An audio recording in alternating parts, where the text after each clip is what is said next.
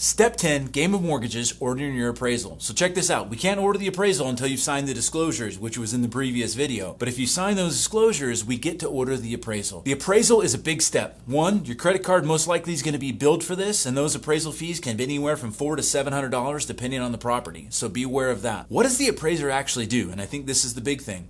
The appraiser is a third independent party that's coming out to give us their opinion of value. It's not fact, it's a person's opinion of what the home is worth. Now, for an appraiser to actually do an appraisal, they actually have to have 2,000 hours of continuing education associated with valuing properties to be able to put their name on a report. So they are typically experts in the area, but once again, it's their opinion of value. How do they come up with this opinion? What they're going to do is come out to the property, they're going to take a bunch of pictures and measure it. They measure the total square footage of the home, they look at the property from a condition standpoint, and then what they do is they go look at the properties in the area that are most comparable to your home within similar size and square footage, bedroom count, age, condition, location, court, not court, pool, all those kind of things. And they look to see what those homes sold for and how that relates to your property. And then they come up with opinion of value. It's important that we get that value in at contract price, because if we don't, things do change. Just because the property doesn't appraise doesn't mean that your cash to close automatically changes, but it is something that can affect your overall cash to close. So you want to make sure you talk with your lender about this. If you are in fact doing, like, say, a minimum down home loan program, so let's say FHA with 3.5% down, or conventional with 3% down, or 100%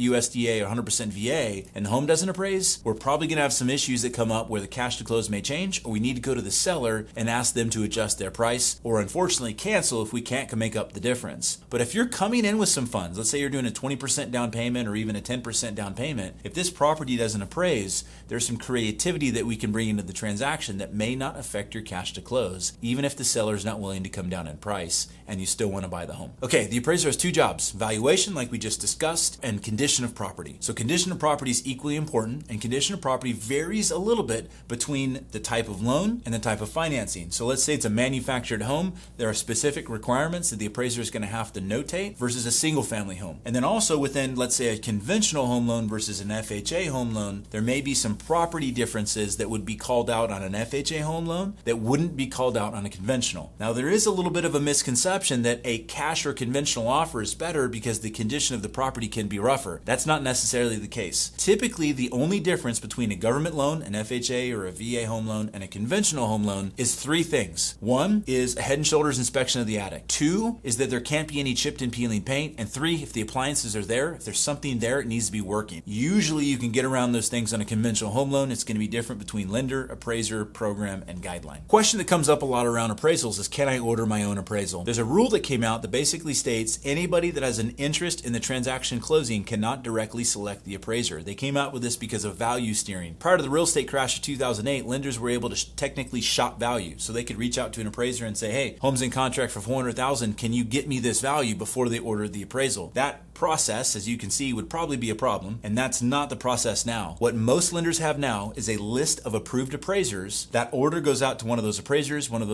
randomly select the order, and then they go out and independently do the valuation. So if you recently had an appraisal on the home, or if the seller had an appraisal on the home, we can't use that appraisal. We have to independently order our own appraisal to make sure that we don't have that value steering. The next step in game of mortgages is submitting your home loan to underwriting. Well, we're going to talk a little bit about what an underwriter actually does.